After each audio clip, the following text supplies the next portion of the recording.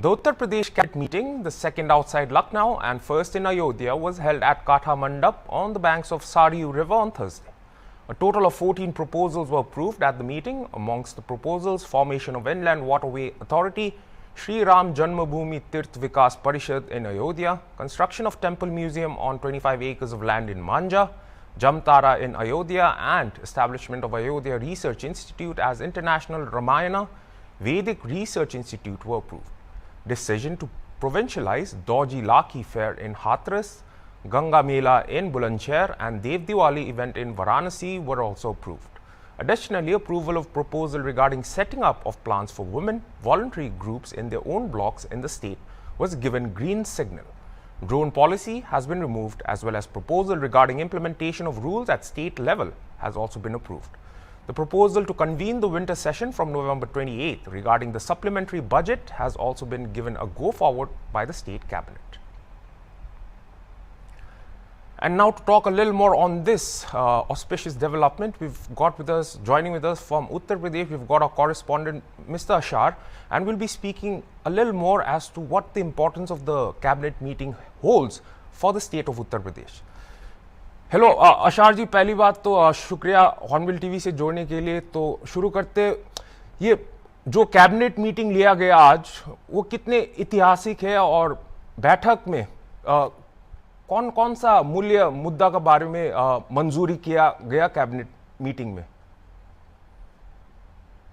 जी देखिए, अयोध्या में आज मुख्यमंत्री योगी आदित्यनाथ का कार्यक्रम था, जिस दौरान उनकी अध्यक्षता में कैबिनेट बैठक को संपन्न किया गया है। इसके लिए आज सीएम योगी आदित्यनाथ सुबह 11 बजे ही अयोध्या पहुंच गए थे और राम की नगरी अयोध्या में सीएम कैबिनेट बैठक में शामिल होने से पहले जो उनके सहयोगी हैं कैबिनेट साथ अयोध्या के हनुमानगढ़ी मंदिर पहुंचे, जहां पे उन्होंने दर्शन किया, पूजा अर्चना की।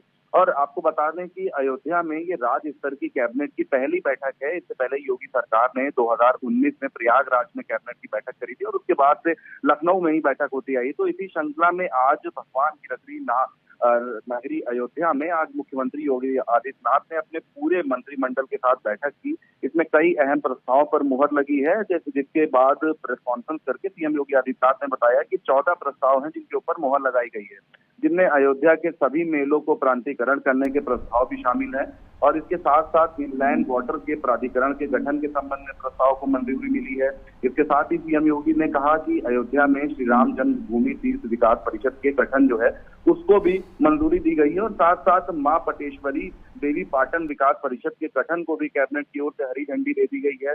और इसके साथ साथ अयोध्या को सोलर सिटी बनाने के रूप में भी विकसित करना है, इस पर भी चर्चा करी गई है, इसको भी मंजूरी दी गई है। साथ ही साथ अंतरराज्यीय जलमार्ग का विकास, इनलैंड वाटर अथॉरिटी का स्टेट लेवल पर गठन, साथ ही साथ 12 नदियों पर इस दिशा में काम करना समेत अयोध्या का जो विशेष विकास होना है राम मंदिर को लेकर के, इसमें 30,500 करोड़ की 178 परियोजनाएं ऐसी हैं जिनमें तेजी से काम करने के संबंध में अयोध्या धाम तीर्थधाम परिषद के गठन का प्रस्ताव भी आज पारित कर दिया गया। फिलहाल योगी आदित्यनाथ जी की कैबिनेट बैठक में पटेश्वरी धाम तीर्थ क्षेत्र परिषद के गठन का प्रस्ताव पारित किया गया है और कहा गया है कि 25 एकड़ जमीन पर मंदिर का म्यूजियम होगा, इसके निर्माण के लिए भी प्रस्ताव दिया गया है, पास कर दिया गया है। इस मीटिंग में अयोध्या शोध संस्थान को बड़े पैमाने पर अंतर्राष्ट्रीय शोध केंद्र के रूप में विकसित करने और हाथरस और बुलंदशहर में जो मेला होता है प्रांतीकरण का उसको और साथ ही साथ ड्रोन को लेकर के ग्रीन रोडवे येलो जोन की नीति तय करने और महाराजगंज जहां पर उसके नेपाल सीमा पर इको टूरिज्म की सुविधा मुहैया कराने जैसे प्रस्ताव पर भी मोहर लगी है। साथ ही साथ आपको बता दें कि प्रदेश में जो महिला स्वयंसेवी समूह है उनके ही ब्लॉक में प्लॉट लगाने के संबंध में भी प्रस्ताव को मंजूरी दी गई है। ड्रोन पॉलिसी राज्य स्तर पर नियमावली लागू करने के संबंध में प्रस्ताव है। स्थानीय स्तर पर प्रशासन द्वारा क्रियान्वयन कराने का प्रस्ताव है। साथ ही साथ शीतकालीन सत्र जो कि 28 नवंबर आहूत करने के प्रस्ताव पर अनुपूरक बजट के संबंध में भी प्रस्ताव को इस मीटिंग में मंजूरी दे दी गई है। तो ऐसे ये 14 अहम प्रस्ताव आज रखे गए थे जिनको मुख्यमंत्री योगी आदित्यनाथ की कैबिनेट में उनको हरी झंडी दी गई है और ये काफी अहम साबित होगा क्योंकि जिस तरीके से आने वाले समय में अयोध्या में भव्य मंदिर को शुरू कर दिया जाएगा, उसमें लेकर के काफी लोगों की उत्तर प्रदेश ही नहीं अगर बात करिए पूरे हिंदुस्तान के हिंदुओं की आस्था है।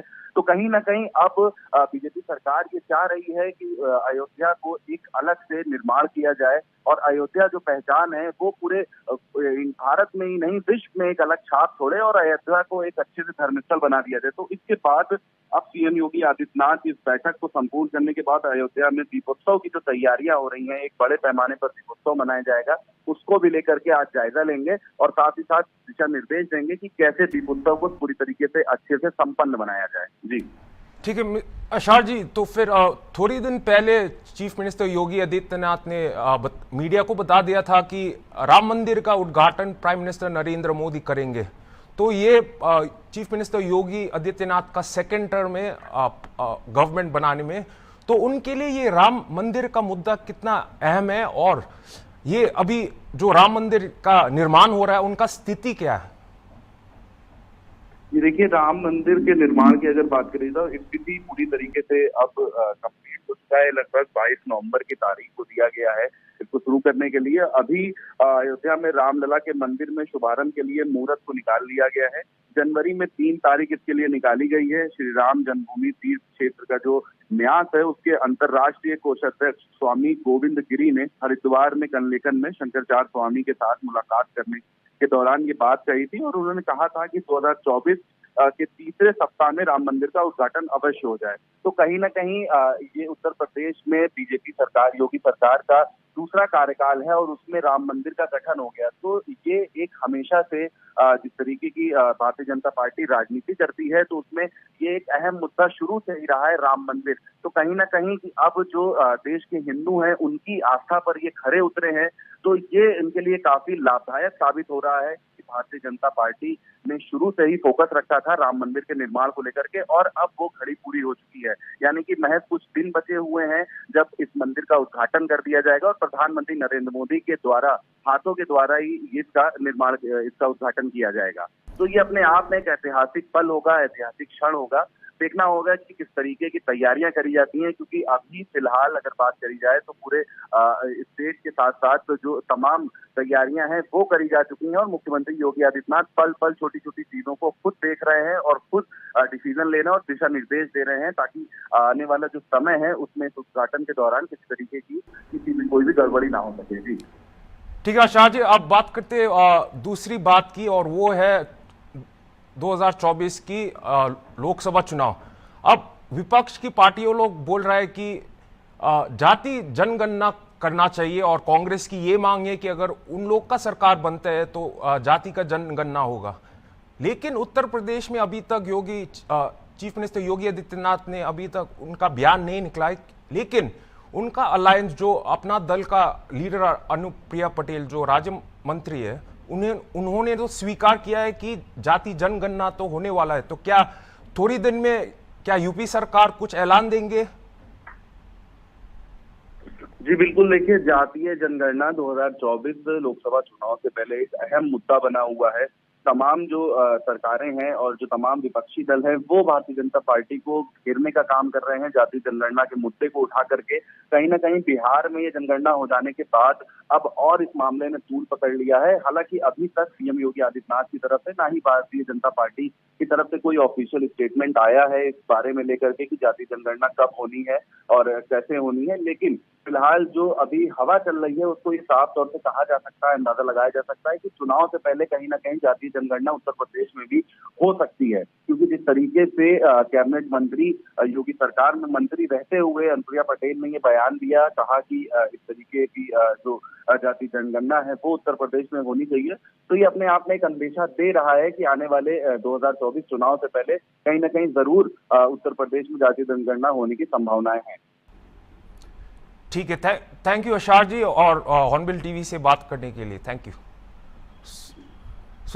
So that was our UP correspondent, Mr. Ashar, and he just mentioned the importance, how important this Ram Mandir issue is for Chief Minister Yogi Adityanath, who has announced that the inauguration of the Ram Janmabhoomi, or rather the Ram Mandir, will be done by Prime Minister next year, and most likely the inauguration would happen in the month of January next year.